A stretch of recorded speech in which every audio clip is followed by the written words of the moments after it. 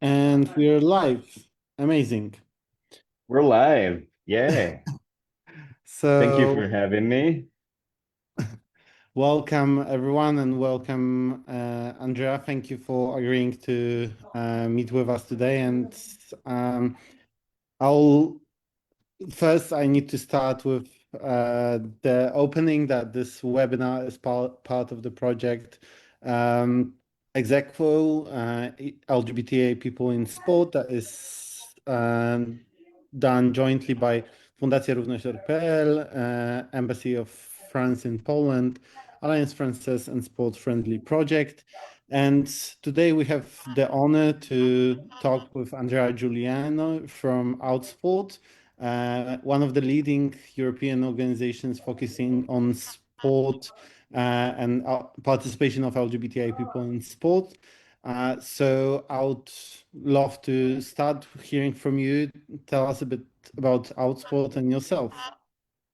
Well, first of all, thank you for having me. Hello, and also thank you for the very kind introduction.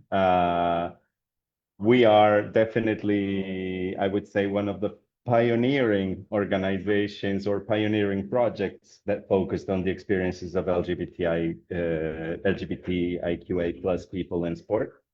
We're definitely not the only ones dealing with sports, but we have let's say we have a particular focus. First of all, we are part of AICS, Associazione Italiana Cultura Sport, which is an organization that has been active in social policy, culture, and sport for over 60 years now.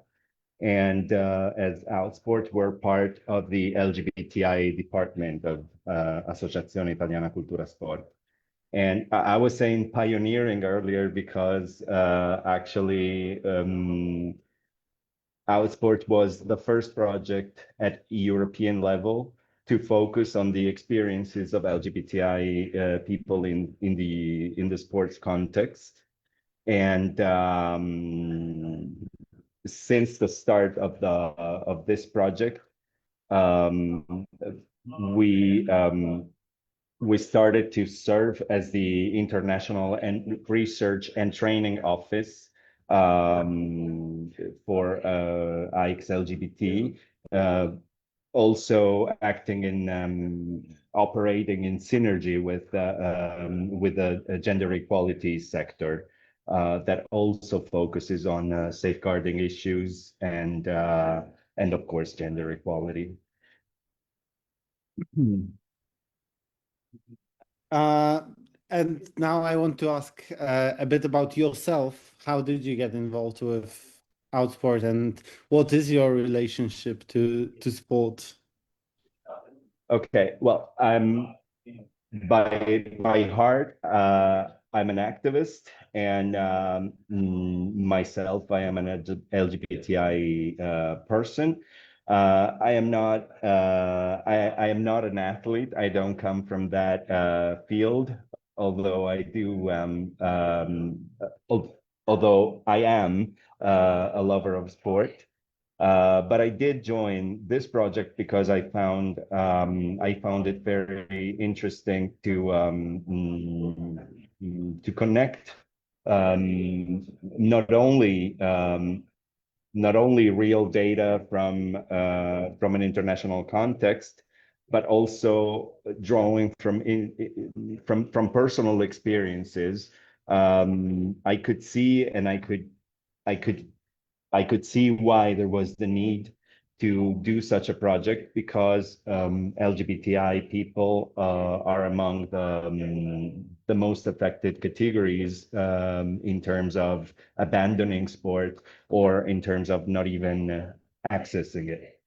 For example, actually, our first research, the first research from the Outsport project found out that, first of all, it was conducted in 2019 and involved more than 5,000 people all over the then EU 28 countries.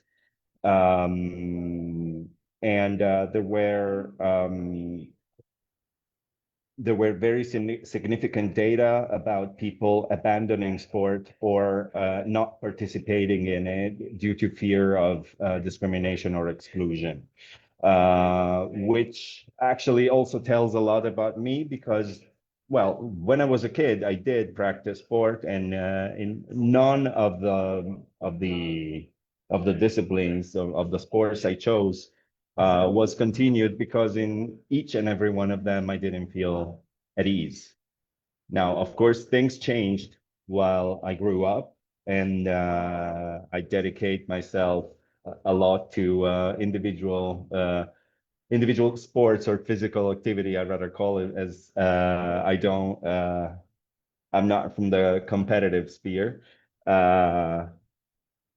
But it was definitely very interesting and empowering to see that definitely I was not alone in that situation when I was young. And unfortunately, many young people and many adults right now also stay in the same situation. That is limited access to sport, that is increased incidence of occurrence of discrimination, and even let's say heavier issues. I Thanks don't for know if I replied. Yeah, you did perfectly. And thanks for mentioning your research, because to me, you related that to your own personal story, but to me, it is also something that I think can be relatable to more people in general, that the the feeling of discrimination makes you leave sports and not take so much pleasure from sport.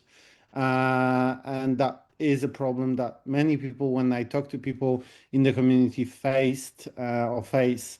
But you brought your research, and I would love to talk a bit more about that. Is there what was the most surprising finding from the research, or what can you tell to the people in Poland, but also how you see the landscape since the research? Well, I would probably start with something that is very, let's say, that it's very up to date. As you know, in a few days, there will be the World Cup starting. And I mean, all eyes on them, not just because it's the World Cup, but because of its implied of all its geopolitical implications. That's it. And what I can say about the study, and one thing that comes to mind immediately, is that this study that was conducted 8 years ago and published 7 years ago, regarding football, we have a very interesting datum that is the sport that most people abandon because of discrimination, or because they feel ridiculed, or because they are excluded, or some people even receive threats. Or in many cases, it's just a hostile environment that does not reflect the expectations of an athlete or of a person who just wants to join a team and play a sport. There were very similar numbers in terms of percentages of people leaving other sports contexts, but the study also focused on the difference of reception that there is between, for example, a gay or bisexual man, or a lesbian woman, and, for example, a transgender woman or an intersex person. Of course, it would be interesting it would be, and it will be, because we, of course, want to continue. It will be interesting to see what fresh data at the end of this decade will tell us about this. But continuing on other studies, for example, in 2022, we were partners in another project coordinated by VIDC, the Vienna Institute for International Dialogue and Cooperation. Together with the German university, with the German Sports University of Cologne, which also conducted the first outsport study. We worked on another study that is called from a project story that is called Sport for All Genders and Sexualities, where we were specifically analyzing the situation of women and trans and intersex and non-binary individual in organized sport in Europe. And we saw that despite the advancement that we have seen in the past decades regarding both LGBTI rights in general, but also more sporting opportunities, we still see that there are many issues that stay not only unresolved, but in some cases they also, let's say, fluctuate in terms of gravity or in terms of context. For example, in this study from the Sport for All Genders and Sexualities project, we see that many people avoid sports and physical activity altogether because, as I said earlier, there is usually the same, meaning the main issues are generally discrimination, exclusion, and violence. In particular, we see that 63% of trans men and 47% of trans women, along with 39% of non-binary people, they just simply avoid sports altogether. Another interesting factor, though, that we find from these data is the fact that, as we've always said, as we have always stated, and as we've always said, homo, lesbo, bi, transphobia affects everyone.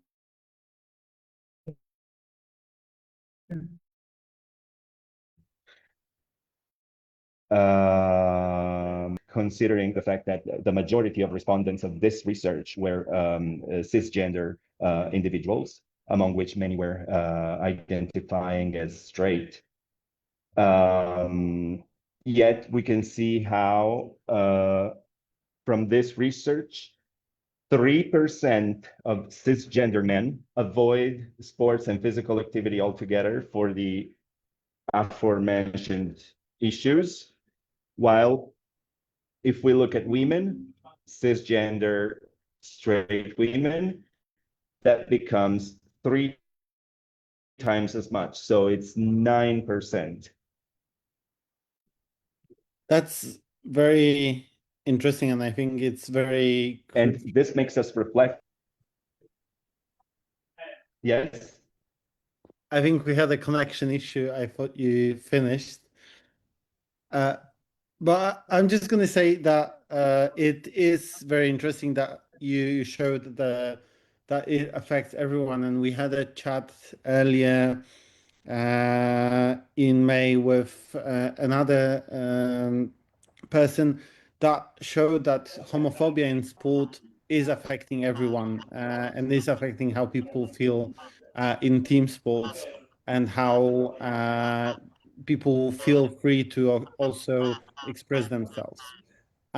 What also struck me reading her research was that the amount of discrimination faced in the last 12 months before the research was for trans people was triple that for cis people. So we see that transphobia is a very prevalent thing in the sports area, unfortunately. And here, to dive deeper into that topic, I recommend you looking into our last webinar with Maya on trans people in sports. But I definitely will. but I want to talk to you about what it helps you do, and what you actually achieved with the research is first within the AICS, you created a policy and you promote that idea of inclusive sport within Italy. How was that process, and how did it go? Well, getting back to what you were saying earlier, definitely, I confirm what you say, what you said about other studies and the basically common findings that we have, because in the same research from the Sport for All Genders and Sexuality projects that I was mentioning earlier. Within the same research, we have asked, as I said earlier, the majority of respondents were cisgender and straight, and 85% of respondents, for example, perceive discrimination against transgender, non-binary, and intersex people. And of course, they also perceive it towards other categories, including 77%. I'm reading the data now, 77% perceive discrimination against women in sport, for example, women in general.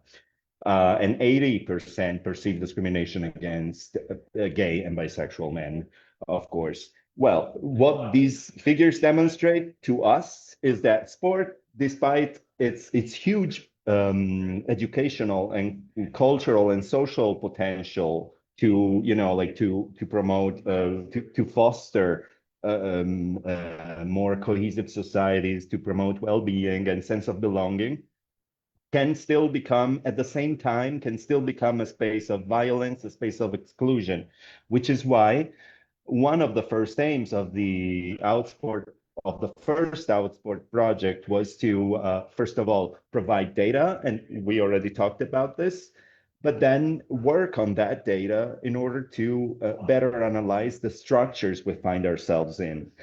Keeping in mind the fact that the situation changes, the situation changes from context to context, let alone from country to country, which meant that we needed to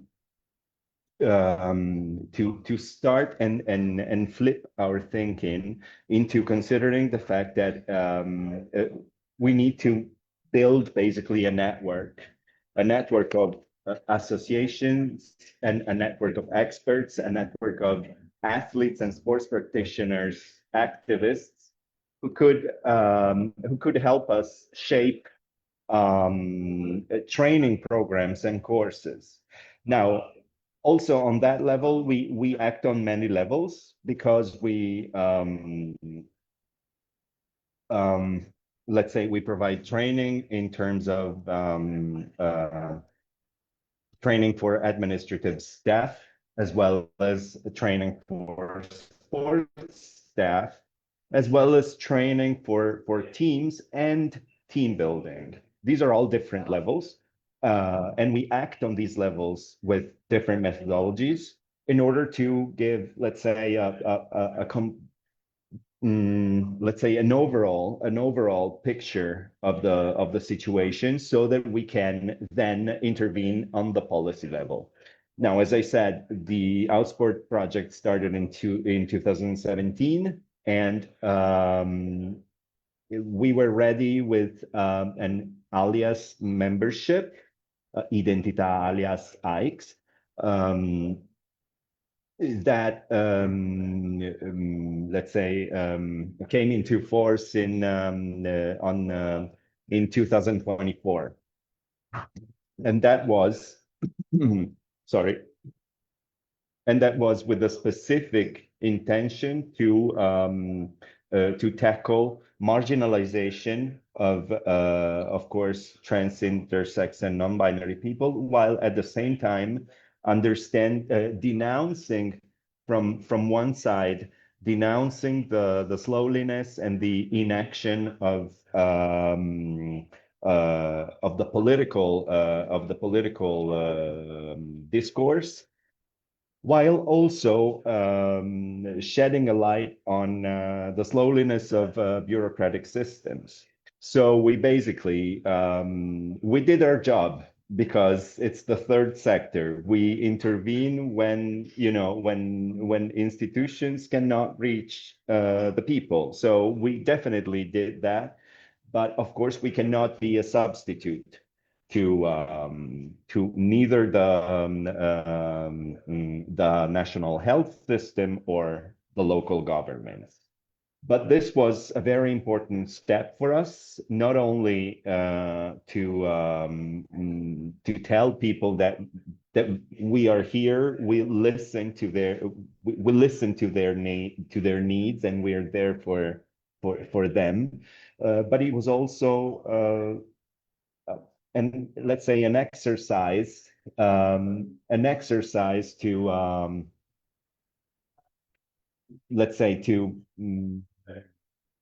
to let other entities also explore and expand this possibility.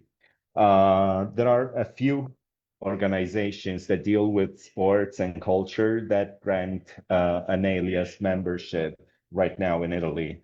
The first one was WISP, Unione Italiana Sport per Tutti, and right after them, we also joined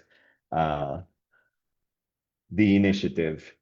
As I said, it's relatively new, so it started 2.5 years ago. We have data, of course, from the first year as well as from the second year, while we will have data soon by the end of June for this third year. What I can say about it right now is the fact that it's working. But we're constantly also working on improving it. For example, the first version was, of course, intended with the best intentions to facilitate access to sport for trans, intersex, and non-binary people. So we decided to thin bureaucracy down on our first version. So right now it's even simpler to get an alias membership.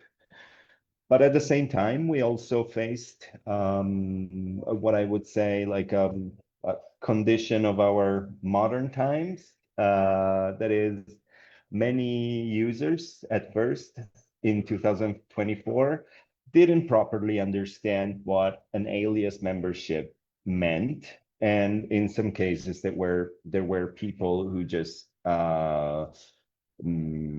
let's say who basically got it and understood it as if it were an official way to validate a nickname. But that also gave us the opportunity to better reflect on how we communicate and to better set, let's say, further targets to better explain what the issues are. Because at the end of the day, this is all made in order to facilitate socialization and in order to, let's say, develop society as a safer space. So even within these, you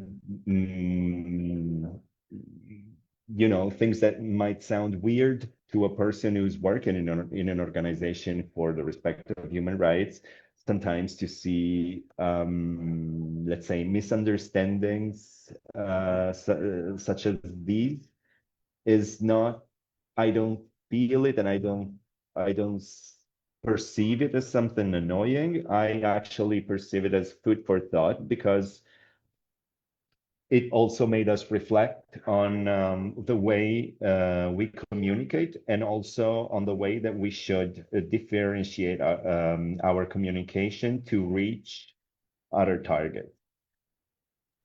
That I'm just speaking my mind out loud. I hope I'm not being too long. No, but I think it's very interesting, and I love the level of uh, self-assessment or like self-reflection that you're putting into that work. And I think it's very valuable that we look at the work that we're doing from that perspective and how we can actually make the changes and change what we initially thought as well. You mentioned the trainings, and I call this webinar and how to train a trainer because I know that you do quite a lot of trainings for various sport uh, related groups, be it coaches, be it managers, sport officials, and all that. And my question, I bet your research and your work with the policy and data on that helps you with that training, but if you can say a bit more about what makes your training successful and how do you approach those trainings, that would be great. Definitely. Well, as you know, research alone is not enough. Activism alone is not enough, as well as dissemination alone is not enough. So we created, as I was mentioning earlier, different types of trainings. Last year, via the project MESIS, that is the shortcut for missing pieces for educators and sports stakeholders to address inclusive sports. We launched an e-learning course on education through sport and on how to use it to foster safer communities. We launched it in 8 languages. And so far, it's I would say it's a success because it's one of the very few resources that are available completely for free, that can give like an overview of what SOGIESC issues are in general, with a strong intersectional focus as well. So the idea behind our trainings is to transform the data that we have and the experiences that we have lived into tools, into practical tools that people can use to foster positive change or even to self-assess their own team, themselves, and also we believe in collecting useful resources that can help people, make their own mind on data, though, on facts and not on simple thoughts or ideology, as many times many of our opponents accuse us of. So as I was saying, the approach and the idea behind it is to be as intersectional as possible, because sport as a mirror of society includes all the other aspects that create marginalization. So we're talking about, of course, about gender-based discrimination, sexism, racism, of course, ableism, and of course, homophobia, lesbo, transphobia, but also other forms of inequalities. We have been, for example, as Outsport Office, we are being and have been very vocal towards mega sporting events, which very often use the rhetoric of inclusion and unity, essentially just for marketing. And we have our eyes very open on what is going to happen right now in North America. So we know that we created a methodology basically that we call the Outsport method, that puts together all these levels of research, advocacy, and experimentation on non-formal education, and of course reflection on real data and comparison between studies to as you said earlier, to train the trainers so people can, for example, the physical education PE teachers, coaches, or also educators, but we also work with for example, team building, community building, professionals, consultants in diversity and inclusion. I can give you examples. We organized, for example, a few years ago, we organized capacity building sessions that lasted for about 4 days, during which participants would get to know the, let's say, the basics of basic facts and knowledge and resources about the story of LGBTIQ movements, and especially in sports. And then the story of how our oppressed minority changed status through all the decisions of the World Health Organization to declassify, for example,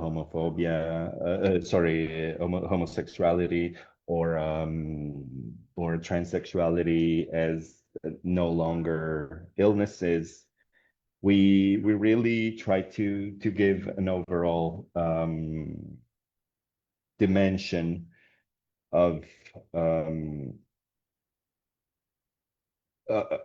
both the situation and of other situations that can occur in real life. And that is where we get more, let's say, we get more and more practical, more physical, because we developed games and other activities. Of course, all of them debriefed, explained before, and all of them in a safe setting, that people can also reenact and recreate on their own. We have instructions and variations that we can propose, but of course everybody can adapt. And through these exercises, we try to build on empathy, on consideration of others, on privilege. We really touch many levels of basically whatever creates marginalization and disparity. That's interesting, and that kind of interactive approach is also important, I think, with how people can experience the situation. But you mentioned big events, and I have to ask you, you just had the Milano Cortina Yes. Olympics in Italy. Have you monitored, have you looked, have you involved in any of the work, or have you seen how your work actually could benefit or benefited that kind of event? I know there was a Pride House in Milano. What was it like to have that right at your doorstep? Yeah, we did participate in a few events in Pride House in Milano Cortina, not as organizers. We were there, attending.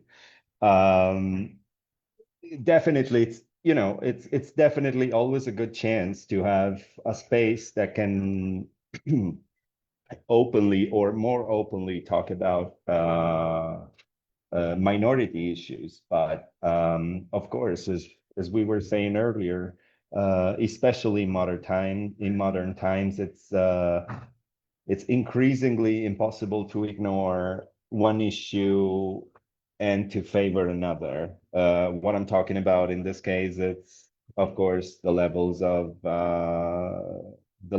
disparity, the levels of geopolitical tension that created, I would say, very bad management decisions. Then, of course, we have environmental issues. And then, of course, everything that is related also to representation and visibility. One thing that I would say is that for sure this year,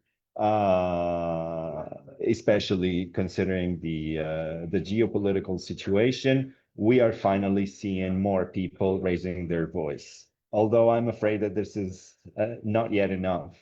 And I believe that we will see a lot more, and we will have a lot more to reflect on right these days when the World Cup is starting. One observation that I have in particular regarding this is the fact that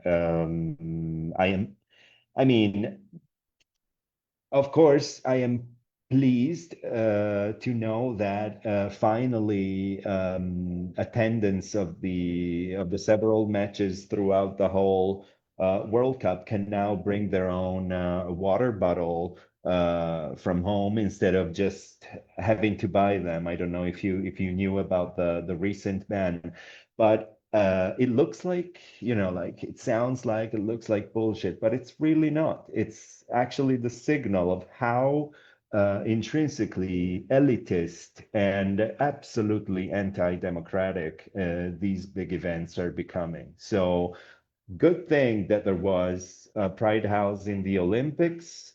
We need to keep that space, we need to keep that spot, and we need to raise our voices. Of course, going beyond the concept of let's just think about the good of our minority, but let's really make it for everyone, because otherwise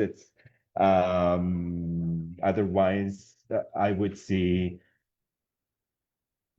you know, I would see it as a pantomime, which I don't want to be part of if it's not for everyone. Yeah,